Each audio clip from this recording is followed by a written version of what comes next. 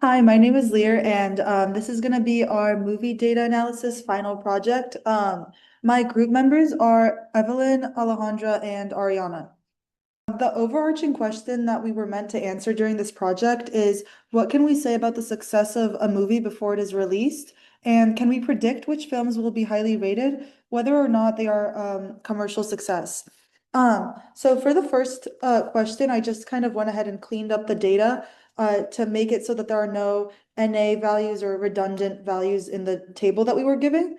Um, then in question two, I just added a new column to the end called custom score to help us better understand the original data because some of the movies appear to have been rated higher, but they actually had a very small amount of ratings, whereas other movies looked like they were rated lower, but they actually had a lot more ratings. So technically, uh, they were higher. So I just went ahead and added that column to make the ratings of the movies more accurate. So question three is where I feel like we actually started doing some analysis to answer the overarching question. What I went ahead and did is I created a bar plot to plot the top 10 genres with the highest movie counts. And the results showed that the most popular genres of movies were drama, comedy, and thriller. And this may suggest that dramas were the most successful genre of movie, generating positive feedback and causing film firms to continue producing more of them. All right, so for question 4.1, it wanted us to calculate the profit for each movie and visualize the correlation between revenue and budget. As we can see on the scatter plot down below, there was a positive correlation between the revenue and budget because when the budget increased, the revenue also increased. And for question 4.2, it wanted us to plot the correlation between adjusted budget and revenue to see how much a movie would make in 2023 compared to how it would make when it was originally released. As we can see in the scatter plot for the adjusted budget and adjusted revenue, it shows us that there is still a positive correlation between adjusted revenue and budget. However, the correlation is weaker and less diffuse compared to the correlation of revenue and budget in question 4.1 because of the inflation of US dollars. For question 5.1, it asked us to find the top 10 movies that had their budgets in the bottom 20th percentile, but had the biggest profit with the adjusted budget and revenue. With that being said, we can see that even though those movies had a significantly lower budget, they had the biggest profit. And for question 5.2, it asked us to look at which directors are good at blockbusters and then identify the top most profitable directors and their favorite genres. As we can see in the image below, it gives us the most profitable directors and their adjusted benefit profit, as well as what each one of their favorite genres of movies is. In question 6, we were tasked to investigate why there is a title column and an original title column.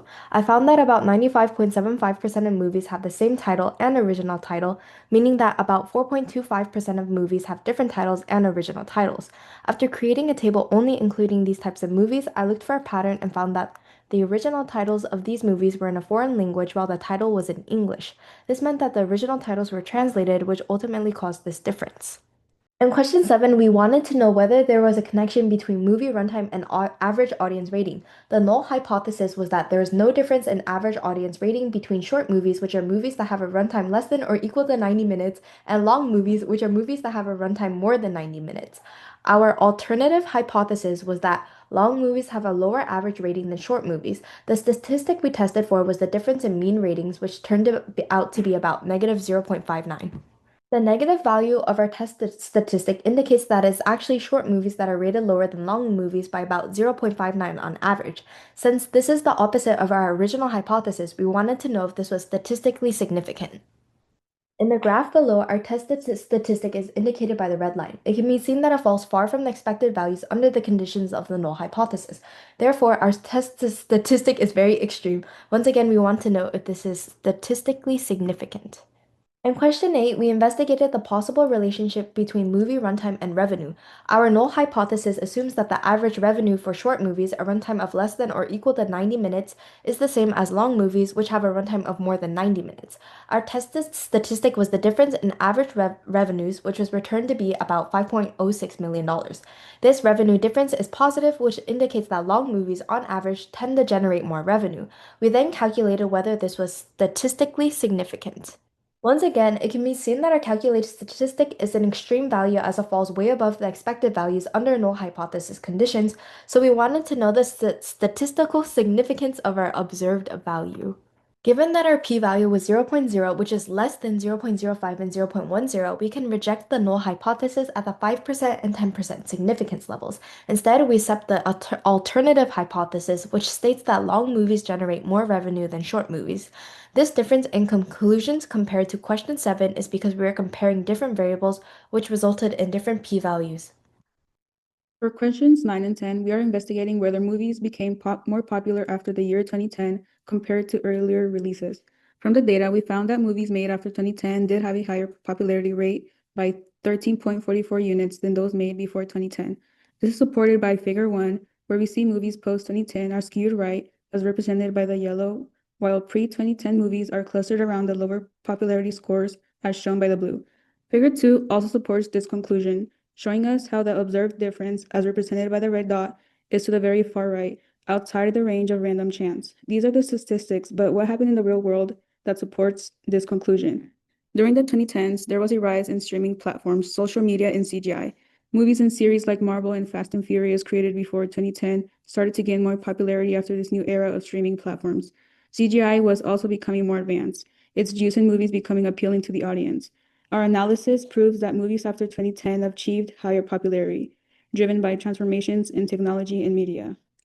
So for our conclusion, basically just taking everyone's parts and combining all the info in order to analyze the overarching question, we found that while predicting a movie's rating before its release can be challenging, there are several factors that can help basically suggest that a movie will be successful.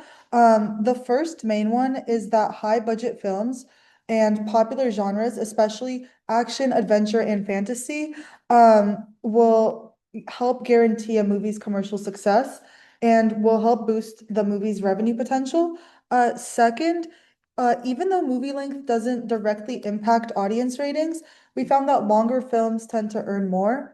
And finally, movies released after 2010 tend to be overall more popular, which suggests that evolving industry and audience trends play a role in a film's overall success. So basically, like as society advances and things change, movies that are released closer to modern times will generate more revenue and be overall more successful during that time period. And yeah, thank you for listening.